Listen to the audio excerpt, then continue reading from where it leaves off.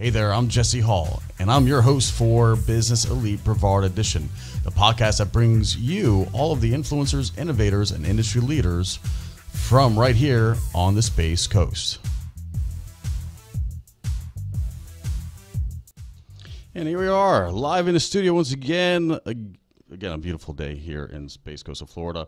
Welcome, welcome. Again, this is your host, Jesse Hall, and in the studio with me, again, we welcome Lynda Weatherman, and we're going to bring her on right away. In the meantime, we hope that you guys are having, again, a great day, great week so far. We just entered October, which means it's the last quarter of the decade. The very last quarter, we have 3 months left of 2019 and of the teens in general. And again, the purpose of today's show, as we do periodically, is to bring you the industry leaders, innovators, and influencers from right here on the Space Coast of Florida. And that's why, again, we are so privileged to have Lynda in the studio again. So welcome, everybody. Let's gonna jump right into this because we have a lot to share, but we're both very busy people. So, and I know you guys are too, our viewers. So we want to make sure that we're respectful and we get the information out in a nice expedited format, you know? Sure. I mean, you know, of course, we could always elaborate. We could always get really deep and grind it out, you know, for a full hour. But again, I think we could be challenged to maybe get it done in maybe like 40 minutes. So there you are, Lynda. How have you been since the last time you were here? I've been fine. Been busy, working hard like everybody else. I know you are taking advantage of this economy. But thank you, Jesse. Thank you for your interest in what's happening to this county. And sometimes it seems something that, you know, the economy is not just the economy. It's the flesh and blood. It's people. It's their jobs. It's their livelihood. Yesterday, we had an executive board meeting, and I was talking about the CPT program, this training program I'll talk about a little bit later. And I said, and I'm sure I read it somewhere. I'm not that clever, but I read something. I said, you know, economic development is not just corporate relocation. It's having jobs for people to have a good living, and we're hopefully we can play a role in changing people's lives one job at a time. So that's I like that. That's a good mantra. Thank you. If you were to, yeah, but it's but again, it's so what could be seen as something not very emotional or not very social. It's more important. You can't do anything till you have a good job. I totally understand that. Yeah, and a lot of people don't, you know, they find self-worth. They find value in themselves when they're proud of what they do. Yeah, exactly. I mean, I know what it is to be those days when you're looking for a job. And that's why to this day, if somebody's looking for a job and if I have a chance to meet one, even if there's not an opening, I know how looking for a job, you're such a miserable feeling. It's tough. And you just need someone, even if that just listens to you and respects and gives it a dignity. So hopefully we're able to create a dynamic, working with our partners, that we create more opportunities for people, not just their first job, but their second job as they work their way up and stay in Brevard County and Space Coast with all their talent. And I think there's lots of room to get elevated and to improve, you know, climb that corporate ladder, so to speak. I think the biggest opportunities here are definitely within some of the aerospace, but even manufacturing. You know, if you start as an assembler, like there's still so much more opportunity if you do what you do, spend the time, and you could graduate.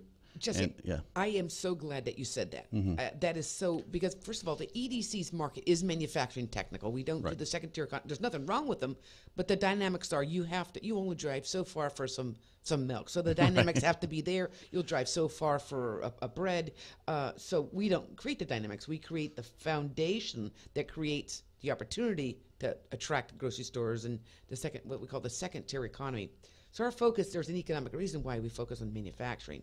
But the other great thing about manufacturing, not only does it usually pay more on average than the other, quote, industries that they have according to the Department of Labor, but I tell people it's probably one of the most dynamic industries that you could start packing boxes. And if you're capable and you're focused, you could be a CNC machinist making $100,000 in 3 or 4 years. That's and there's amazing. Training funds out there. Really, where do you get that? You don't need a college degree.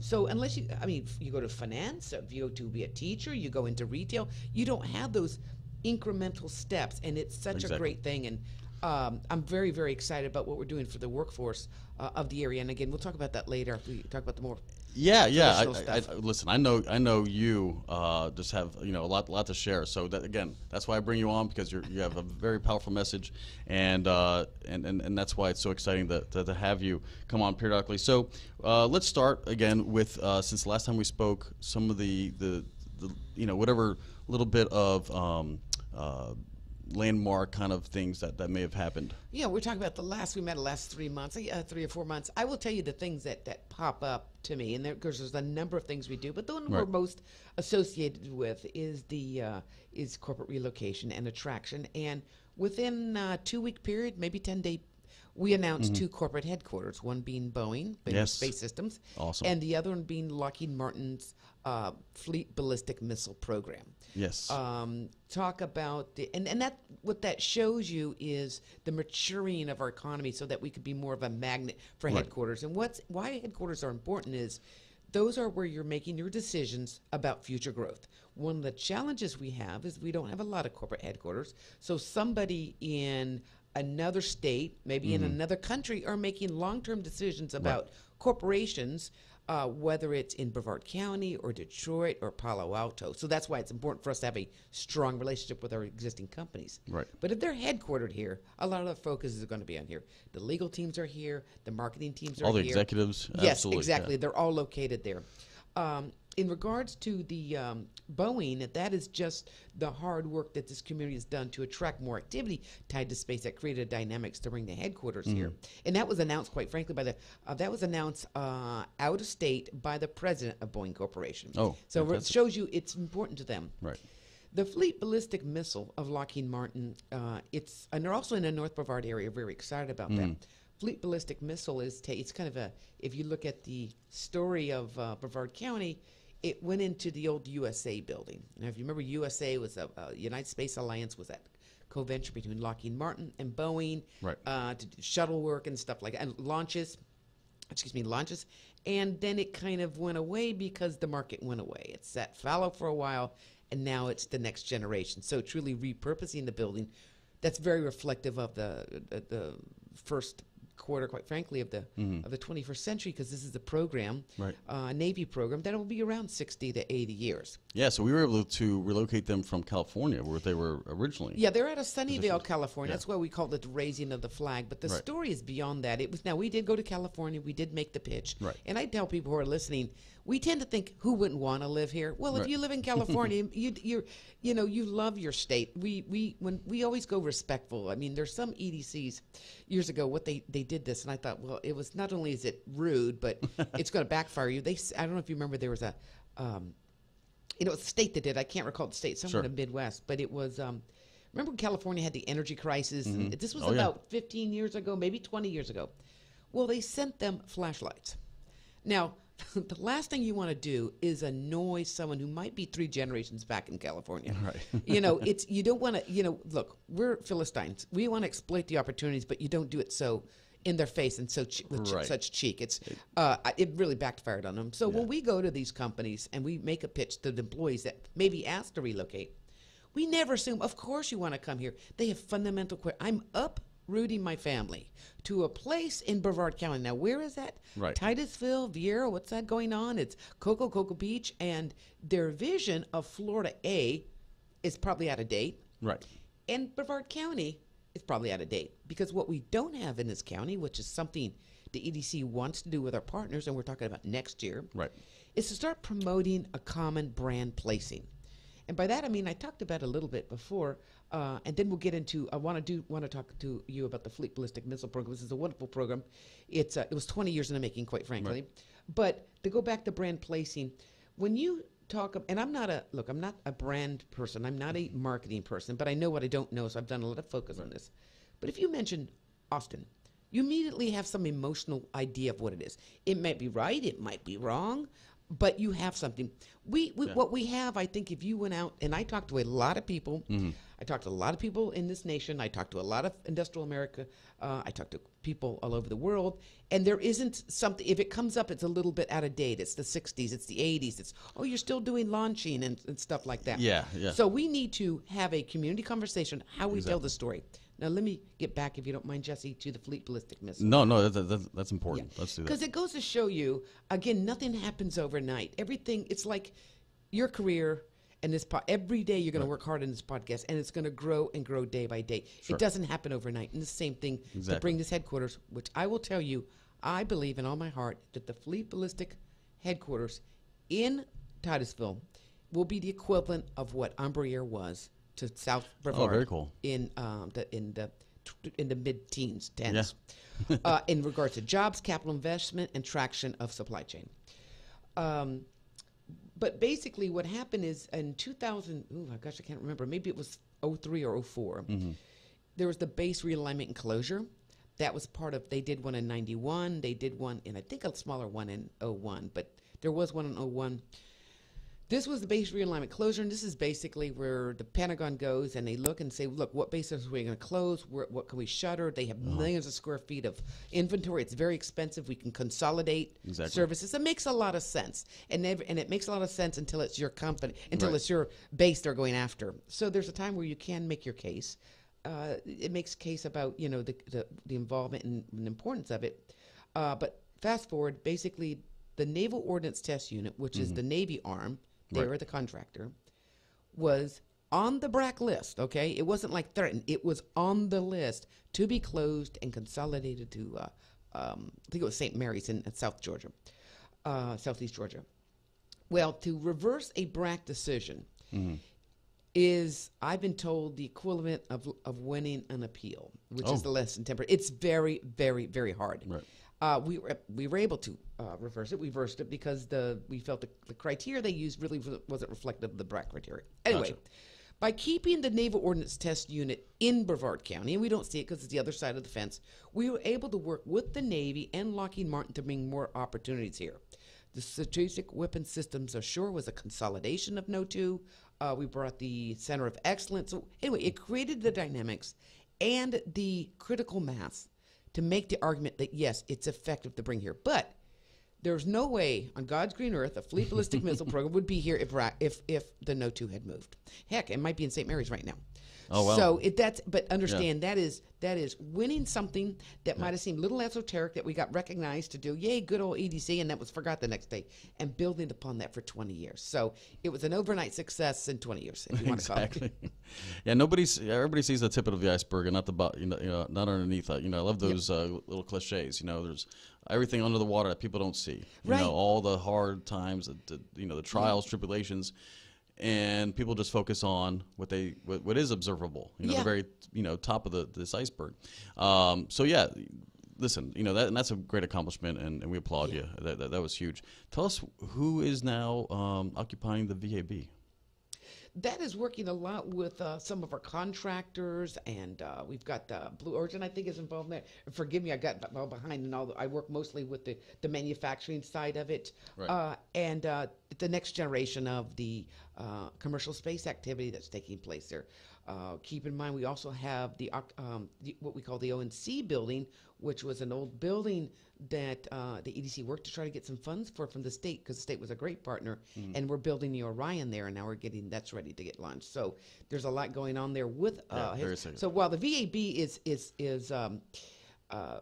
very much iconic, and we have commercial activity going there, a lot of these other facilities, ONC being one of them, and if you're out on the base, you know what I'm talking about. You remember that old crusty building? Well, now it's being used. So anyway, it's a lot of those buildings are being repurposed in the same way the United Space Alliance building was in the Titusville side. Yeah, having all of this new energy come into the Cape is just overwhelming. I'm really excited. Yeah, and I think it's just the first wave. We've been able to, and I might have mentioned this last time, forgive me, in economic development, we always talk about the diversification of an economy. It doesn't happen. It's very hard to happen. I mean, it's very difficult.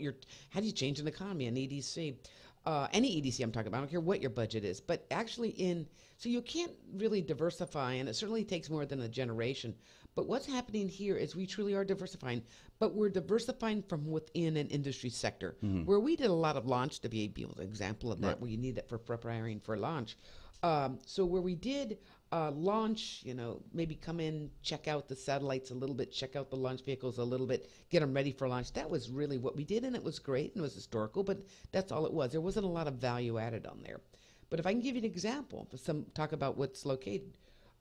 We located the Blue Origin, the Glen Rocket here. Okay, that's here. That allowed us to make the argument for the supply chain, one argument, there's a lot more arguments than that, to get OneWeb. OneWeb will be the satellites that get on there. Now we got a Swiss, the French company. Now we got a Swiss company that builds products that will go on the OneWeb satellite, that will go on the rocket, that will be launched from here. That didn't happen before. So that's the diversification. That creates a far more intensified economic impact on an economy. And you will see that modest, maybe not as profound as that, but you will see that supply chain starting to develop with small satellites, launch operators, and then you'll start seeing some of the software developers. And then what we want to do is start going after the finance behind that and the insurance companies. Yeah. Well, it looks like there's lots to task ahead of you. But it's competitive. I mean, I always want to remind people that years ago, the only launch site we had years ago, was at our Cape and Vandenberg, which did the polar launches. Well, now, I mean, Jacksonville has, I think, a vertical launch. Look what's going on in Texas for SpaceX, New Mexico, everybody. And I haven't even got into the international. Right. The Long March from China is doing it. You've got the Caribbean. Everybody. So even we cannot for 1 minute just say, oh, good, we've brought the launch industry back. Let's continue. Let's start working at the other supply chain opportunities. We've got to still focus and make a real good argument. This is a good, effective, cost-effective place to launch, and that's the partnership that we have with the Air Force and their focus on bringing all the 48 launches. Yeah. I mean, launch every week. Yeah, that's the promise. And now they have the March to 48, which is I think they might be done next year. So it's every week, and then we'll see more than that. So exactly. So to keep the ball rolling, let's talk about what is going on immediately that people may be able to see before the end of the year. Well, there's a number of things we're doing. Of course, we're working projects, and those are I don't ever want to say there'll be announcements soon or anything, and they're not. We're working projects. They're all competitive. They're dogfights. We're working a lot of existing companies. One of the things that we have coming up is our annual meeting, October 16th. What I will be doing will be sharing some awards and recognizing people beyond the first responders, economic development. But there's people that play a significant role in economic development behind the scenes. A lot of volunteers that we need to recognize, and we have 2 awards that we'll be passing out. And then also it's a chance for me to sort of talk to the members of the EDC and the public at large that would like to attend about what we want to see for the next year, what we want to see for the next 5 years. A couple of years ago, I spoke about the difference between a transactional economic development program and a transformative. And I was explaining why we're not just transactional. It's not a corporate relocation and we walk away for the next one. Right. That these corporate relocations are tied into what we do for talent recruitment, tied into what we're doing for our military and industrial base there, tied into what we're doing for workforce development, tied in what we're doing for communities of choice. So, and it's truly, and when you have that approach, that interrelated approach, you have a transformation of the economy. And I was so pleased with the reaction, because sometimes I write these and I think, ooh, I'm so, And I'm thinking sometimes I lost them. Anyway, this year we're going to be talking about the strategic plan of the EDC. And and I never had a chance to really unveil. We've always had a strategic plan. It's always developed by not just me, but input from myself and my staff, but also calibrated and really developed by the executive board members and board members. They're the ones that see the economy from a perspective that I can't. I see it from theirs, and we bring it together. And they talk to their clients. They talk to the business community. They talk to their peers. When they come back, they'll say, this is what the EDC needs to do. So I'll be unveiling that. It truly is a living, breathing document. I feel like it needs to be. Exactly. Yeah. But in economic development, it's not a lot. I've always been a little bit, I don't say dismissive of strategic plans, but when you pick them out, they all basically say the same thing. Job growth, diversification, increased wages. It's what you do in those focus areas that sets you apart. And that's why our focus areas, always 3 to 4 years, they change, and they're reflective of the times. We had a focus area in workforce. I think it was added 4 or 5 years ago. I don't think there's many EDCs that even would say workforce in their strategic plan. Now, they're saying it now, Right. but we were saying it before time. We're talking about a quick accelerated permitting program when the economy went down, because we thought this is the time to start looking into working with our partners in the government, city and the county, to say what can we do when the times get right again to make a more effective, fast, accelerated permitting process while things are quiet. So, but that was reflective time. So, and now the other one, the one we're adding is called communities of choice. What do we need to do in the next few years? I mean, this economic revival that we're having, it's not a bubble. It is true. It's foundational, and it is structural. How are we going to benefit as a community from this? Yeah, I'm glad you mentioned that, because people do ask, you know, is this a bubble? Why are rents continuing to rise? Why are home prices? This is what I get in my industry, and it's got to burst sometime soon. Like it just can't be sustained. Well, part of it, and I'm certainly not the expert. I think you would call the Association of Realtors would be a really good one to talk about the home situation. But part of what happens, we went through the deepest, longest recession. Exactly. Housing market was a subprime market. There was a lot of development. Then it stopped cold dead. Okay, no development was going on. Right. During that process, that no houses were being they had inventory they had to eat up. So you had this extra inventory, but during that process, a phenomena happened in Brevard County. Umbriere expanded. Northrop Grumman added 1,000 jobs with Project Blue, the Manned Surveillance Center of Excellence. These are all projects that EDC worked on. 2 years later, 1,800 jobs. I mean, a lot of jobs came, not to talk about what's going on the Space Center, Blue Origin, OneWeb. So those were almost happening when the inventory was shrinking. So now we leapfrogged the inventory, and now you'll see it's settle itself out. Oh yes, I mean new subdivisions are going up everywhere. It's very exciting. If some people don't like all the growth, but I think because that's just a byproduct of becoming the #1 space facility in the world. Let me talk about that, about growth. Florida is growing. Florida will continue to grow. Florida, show me, I think there might have been one time in 50 years, ever since the air conditioning became ubiquitous in homes, Florida was going to grow. The question is, what kind of growth do you want? Do you want economic development, or do you just want growth? Do you want people just to come here with fixed incomes, and you have an economy based on fixed income salaries? There's nothing wrong with that, but do you want that? I mean, I'm not making a judgment. Do you want that, or do you want to have a structure that pays good in taxes, that people can come in? If you want your kids to come back home and get a job, they can be here. So it is going to grow, and we want, as a community, and it's the right choice, we want to make this the best possible opportunity we can for the citizens. And that means you're able to find a job, you can pay your taxes, we'll have parks, we can clean our rivers up, as opposed to just looking to see what happens and who comes into town. And well, we certainly don't want to be that resort town where everybody just comes to retire and then. Well, I'm not going to make a judgment on that. I made a career on the other argument, but when you have a town we have a great tourist economy, but if you have a town that's solely dependent on tourism, then the next time someone a visitor gets shot or hurt, or there's a fire, that goes down. Next time there's a hurricane, that goes down. Oh yeah, shark bites. I mean, there's a lot of things that will keep people away. It's too volatile, and if you want to have just an economy based on people coming in, your economy will grow. Here's how it will grow. They will come here and they will go shopping, and our retail sales tax will help because we have that. And that's what I'd like to see. We're seeing a lot of younger faces, in our community now, which is just huge. And culture is improving because of that. We have. New kind of businesses and new concepts, starting up all around the Space Coast that is provided for, some of these, this new talent that's showing up. And this is great because they're going to be here for a couple of generations. Granted that they like their job, they stay with their job, they raise their family.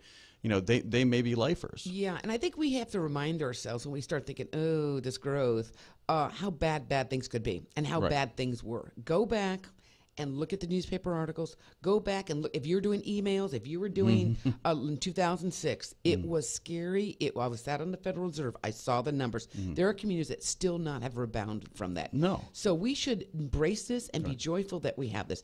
It's not always going to be this heated. It things like anything else. It's a living, breathing beast, this economy. Right. But you need to have the insurance that you'll sustain through the hard times too. Yeah. We have this. Remember this. There used to be a saying that if DC sneezed, we get a cold because we're so dependent on the economy and the federal government, particularly with defense. We're offsetting that now with a lot of the commercial activity, and I mean in aviation too, not just on space. Well, because now we are, having a big influx of private, when you have Bezos and the Elon Musks spending their money here. Yeah. That's longevity because these people, it's not a finite budget. If that makes sense. Exactly. But the challenge we have is as they're spending their money, they have a very tight margin. So they're going to look and they're going to find the most cost-effective place to do business. That's why we constantly have to be aggressive about telling our story. Right. And the other thing, number two, is they're going to find out these are 30, 40, 50-year decisions. Right. So you need to find out, what am I going to do to bring my workforce? Not only what are you going to do to bring a workforce here, like creating our workforce, but what can company X, whether it's a Blue Origin or an ABC company, what are they going to do to attract that competitive labor and have them come here? Again, let's not assume they all love Brevard County. Right. I mean, we got to make our case for when that. you're choosing between, Palo Alto and a really hip Austin, and there's some other communities that are certainly attractive. They have a familiar climate. Austin, Nashville's now the new hot city to go to. It is hot. Yeah, it is. And as I told my board once, and it's $1,000 a night to stay up there. Yeah, and that's and they did something to get people there. But you know what? It's worth it if they're getting the talent they need, and that is the war that we have on now. Right. So we need to start not only telling our story, having a common brand, but we need to help our companies when they go to get these people coming in, making nice wages, and coming in and adding to the community, because they're competing for this labor not just nationally but globally too. Right. Brevard County, we love it. It's a beautiful place. People don't know that much about it.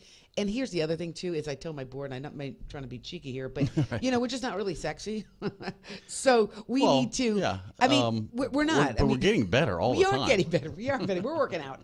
But my point was, and we don't want to be false about it. The beautiful thing about Brevard County, it's uniqueness. And I think the best thing about Brevard County is the scalability.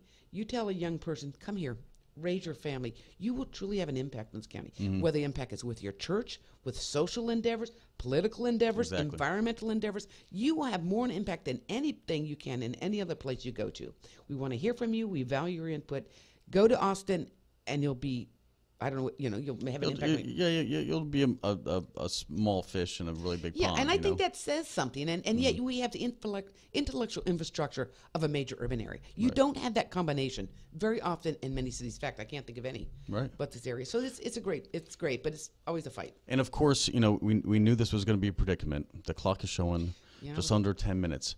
So we haven't even gotten to, so let's make this quick. In about 3 minutes, what... It's not going to be 3 minutes. I'll give you 5 minutes. Okay. Well, I'll say 20 minutes worth. The last decade of what happened here on the Space Coast. We kind of just, went through, after the recession and post-recession with, Breyer. But what were some of your most proudest accomplishments in last decade? Yeah, last decade, maybe 12 years, go a little bit beyond that. I think these are the ones that stick in my mind. And there are so many things that are important and structural change in like our workforce program, but for corporate relocation and business development, the Orion coming here, that was the first time in the history of the state of Florida, Florida, not Space Coast, Florida, that we're bringing the assembly work of a launch vehicle. It sent a large, strong message to industrial America that we can compete and win. Embraer was so important at the time. It was the hitting of the recession. We hadn't, and Orion was sort of on the other side of the fence. We don't see that very often when we see that activity taking place because we don't go there very often. Right. So it's not in our mind. But Embraer started with 200 jobs. It was a 3-2 vote by the county commissioner. It was very close to being lost. And now it's at 1,000 jobs and diversified, and we're bringing engineering work here. Northrop Grumman. I'm sorry. Go ahead, Jesse. Well, speaking of Embraer, I've seen some of their future development. Speaking with our partners over there at the Melbourne airport, and they're expanding. Embraer is like consuming a lot more acreage, and they're going to be having their own kind of blast terminals. Where they're going to test the engines. They're going to be, so they're expanding. They're building that whole northern boundary around the airport. Let's remember what they were. What the first announcement was. Right. It was just 200 jobs, 220, building a Phenom 100 and 300. Right. That was the thin edge of the wedge. The next one was looking at their engineering center, which, quite frankly, they could put anywhere.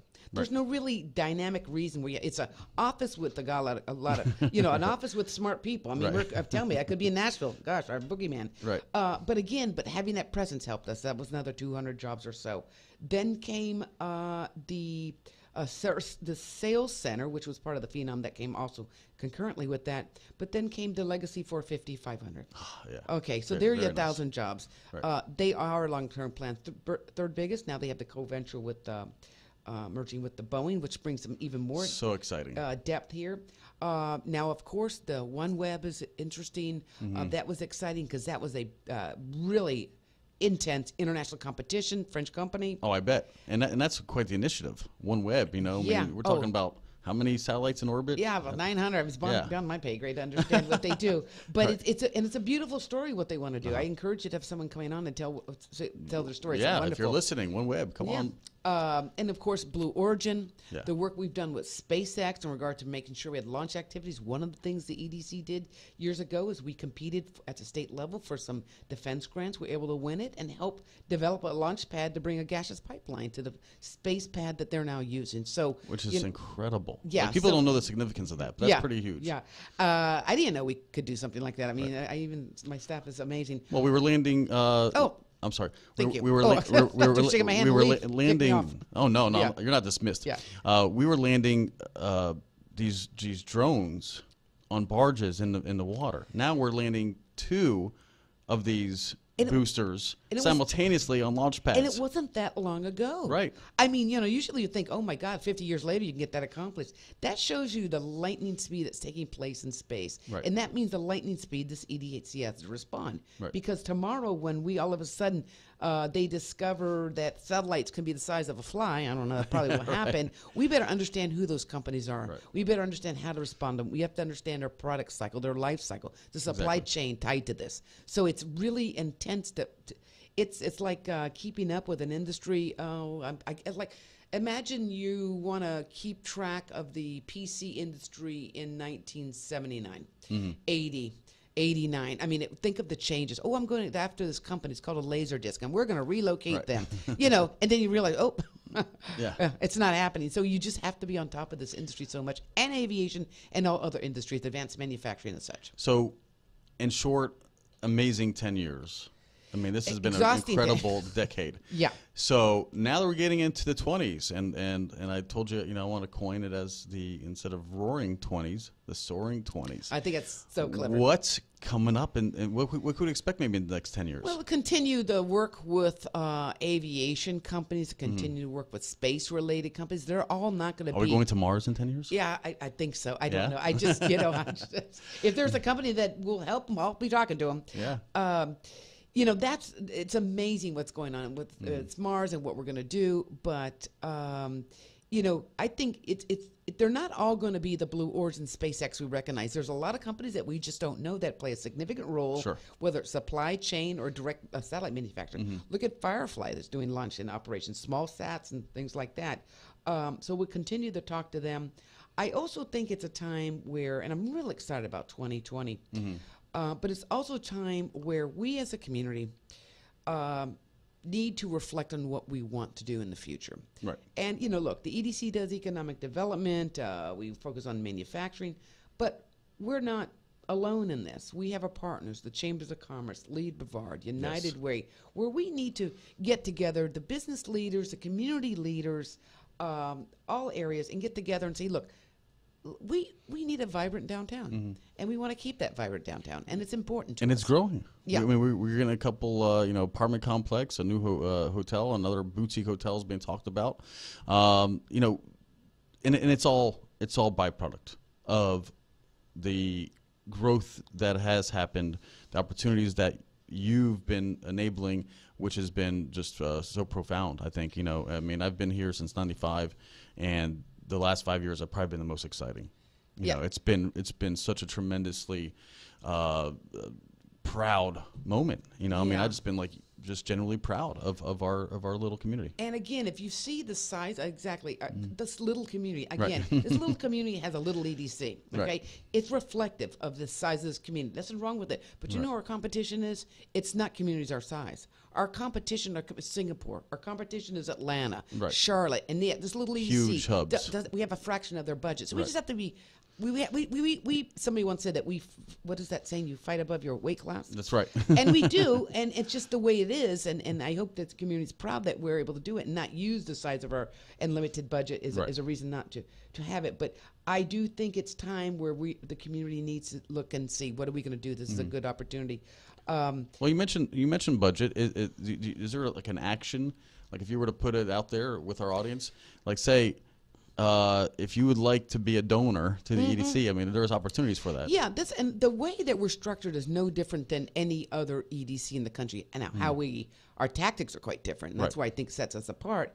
But basically, we were, a public and a private contributions. We have a contract with the county that allows us. I'm very proud that this county has taken a role in responsibility in economic development. Thank goodness. You have two choices. Great job, commissioners. Thank you, commissioners. They have two choices. We could have in 1996, because remember, it was tough times then too.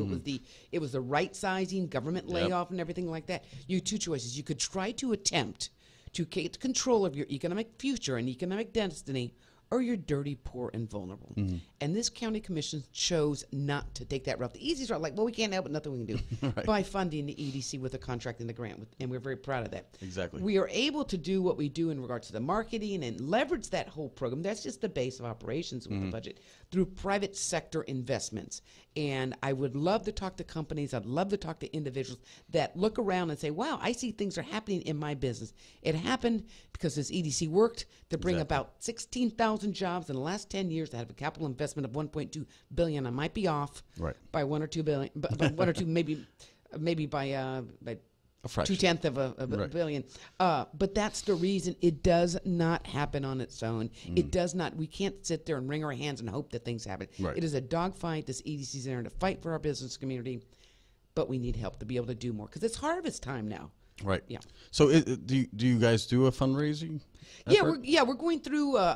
We do like one. We have a fundraising committee. Okay. And I spent some time. Probably need to spend more time talking to companies, making the case to have the investment in. Sure. We'll be making a stronger initiative in 2020 to be able to say, look, you see this, and basically, here's the analogy I use. We are a small, modest-sized EDC, but we really, really worked. Well, and maybe this is a silly analogy, but maybe it's because I'm... But you may be a small dog, but you guys got a big bark. Well, yeah, and we had to, especially working at the state level. We're like Chihuahua, just chewing that ankle till they give us attention. But what it is, it's look at it this way.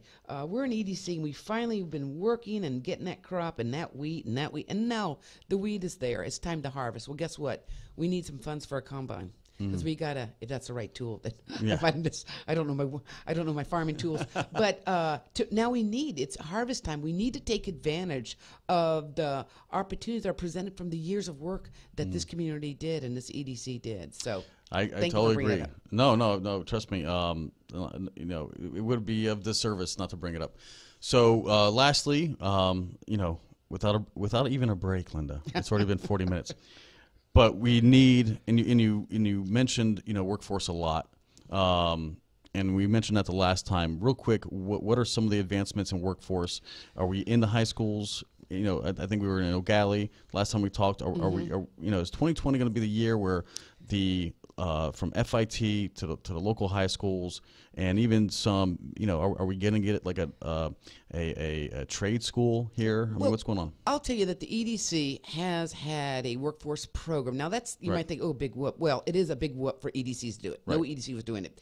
Beginning in 2016, developing a foundational entry-level certification for people going into manufacturing. Someday I'd like to spend 40 minutes on that. Sure. So I have spent a lot of time in the last I would say 15, maybe to 18 months, where traditionally I spoke to the facilities people, I spoke to finance people. You know what I'm talking to all the time now? The HR people. Oh, good. Okay, the HR and the talent recruitment, because I need to make sure that when they're here, that they're going to be able to recruit. I need to know what their skill mix is. I need to know what their timing. So I think things are improving. The governor announced by 2030 that this will be the most premier, technically astute, I don't know what the correct term is, workforce economy in the country. So what do they say? For challenges, recognition is the first step towards recovery. Yes. So I think we recognize we need to do it. We have a lot of partners in this area. There's always room for improvement. I would say we need to look at best cases. We work very closely with our Brevard Public Schools. They get it. They're bringing more programs in there. We're working closely with Eastern Florida and other colleges too. Awesome. Yeah, because it's not just, I was in a meeting yesterday and somebody referred K to 20. Yeah, we always hear K to 12. They referred to a coding program that they had as K to 20. So I thought, oh my God, that's what the EDC needs to look at. We need to make sure that supply is meeting demand and addressing at the K through 20 level. I like it. I like it. So, and then lastly, you guys still have a beautiful campaign called Salute to Our Military. Tell us a little bit about that, and then we'll go to close. Yeah, thank you. We have long work, as I said earlier, with our military, and we need to, as a community, this is led by the EDC, and we have the initiatives, and we have the prototypes, and we have the stickers, and we have bumper stickers, and all the other product literature for that, and they just have to call our office, 321-638-2000. We'll get them copies of it. But this is a community that's unique to any other. We truly recognize our military and the families. I grew up as a military family. I know it is from being pushed. I mean, I went to 3 different 5th grades. I never went to a school grade. Full school year, 1 year through the end, until like I was in late junior high. And that's what these people are. They don't know Brevard County when they get picked up and they get their notice for relocating. So we want to send a message as soon as they get here that you're important to us. And here's why. Not only is it the right, good, honorable thing to do, but it's critical that the Air Force keeps their airmen and their families happy, because they need to retain their talent just the same way as corporate America. So if they come to an area here and they see that we recognize it and we honor them and we recognize their contribution, they're going to remember this place, and maybe they'll retire here, and maybe they'll say, "Look, I like it here. I think I'll stick around for a while." Now you're talking. Well, so great campaign. How can somebody maybe get involved with the Salute Our Military? I mean, do you guys have events coming up? We have a Defense Alliance. It's a community. There also is, by the way, the Chicago Chamber of Commerce. We're not alone in this recognition of the military. They have the Military Affairs Council. Look them up. Look on our webpage. We have a whole section on the military and the Salute the Military campaign. I would also ask Daniel Ciro's our chair. He'd be a wonderful guest here to talk about it. Well, let's bring him on next time. Again, this is a quarterly installment that we're doing with the EDC of Florida Space Coast, and certainly any of the board members, any of your sponsors, more welcome to come along with you. These I mean, this is me. It's my job, but there's so many volunteers that support what the EDC does, and they do it as a volunteer. And I think it's important to hear from their perspective. Let's do it. Let's bring them on maybe in January. Great, Jesse. Thank you. All right. Well, hey, what an action-packed 45 minutes or so, right? So we kept it under an hour. Thank you guys so much for tuning in, and certainly check on all of our other episodes that we've done here at the Business Elite Brevard Edition, where we look at the innovators, industry leaders, and influencers of industry here on the Space Coast. So thank you so much for tuning in. Have a great rest of the week and a great holiday season. We'll rejoin Lynda in 2020. But in the meantime, like I said, give us a like on Facebook. Make sure you review the previous episodes. And until next time, be successful. Have a great time. Treat each other good. And rock on the Space Coast. Well Take done. care, guys.